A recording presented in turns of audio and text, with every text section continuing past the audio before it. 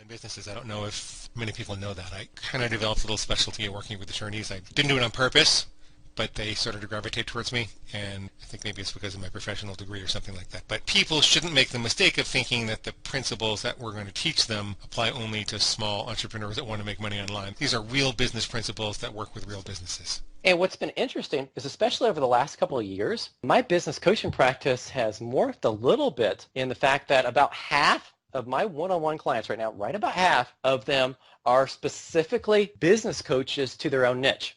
So in other words, I'm a coach of other coaches, and that's what got me excited about this subject. As I mentioned a little earlier on, these business coaches are the ones that I've seen go from 0 to six-figure incomes the fastest, becoming a business coach to their niche, such as niches such as chiropractic or accountants or other industries such as that. Do you think that if somebody wants to do that, do you have to be a chiropractor if you want to coach other chiropractors to business success? No, you definitely do not have to, because it's not your job as the business coach to be a specialty at the technical side. The technical side is there, so you don't have to know anything about chiropractic. What you need to know, what you need to get very specialized and skilled in, is you need to get skilled in the systems to build their practice. So you don't know anything about treating patients, because you can easily ask them what patients they can help best, because you'll want to discover what patients they can help best to help them do their marketing. But you understand marketing, that's something that they don't specialize in. Here's something that people don't realize. Someone like a chiropractor, they will go to school for years to learn all the technical details, to learn everything that they do. All right? But very rarely, almost never, we'll just put that in, almost never, are they taught anything about the business of running the business. And especially they're not taught anything about the marketing of their practice. So there's a huge gap in their education. And that's where you come in on the business coaching side, is you fill in that gap with systems that can be used to build their practice.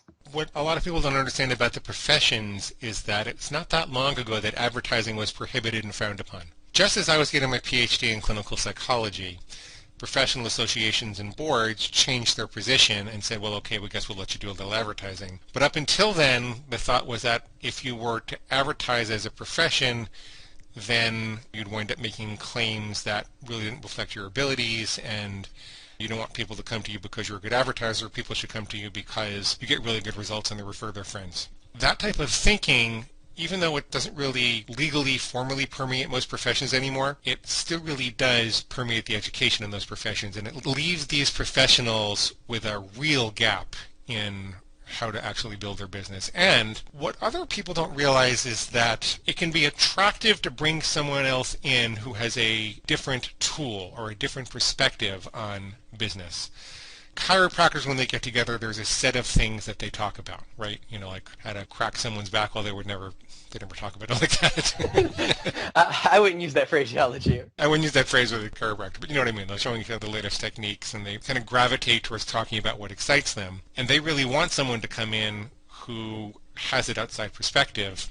Even when I coached large businesses, I was very frightened when I went to coach, more of a consultant for large businesses, when I went to do consulting for large businesses, like AT&T or Lipton or Novartis or something like that, because I never went to business school. As a matter of fact, I got a D when I was in high school in the one and only business class that I'd ever taken back then. I was really frightened that they would see right through me and I didn't have anything to offer, but they really liked that I was a psychologist. They really liked that I had this different perspective and I could tell them why the clients might want to buy. And the fact that you don't have the background can actually be an asset, and most people don't think of it like that.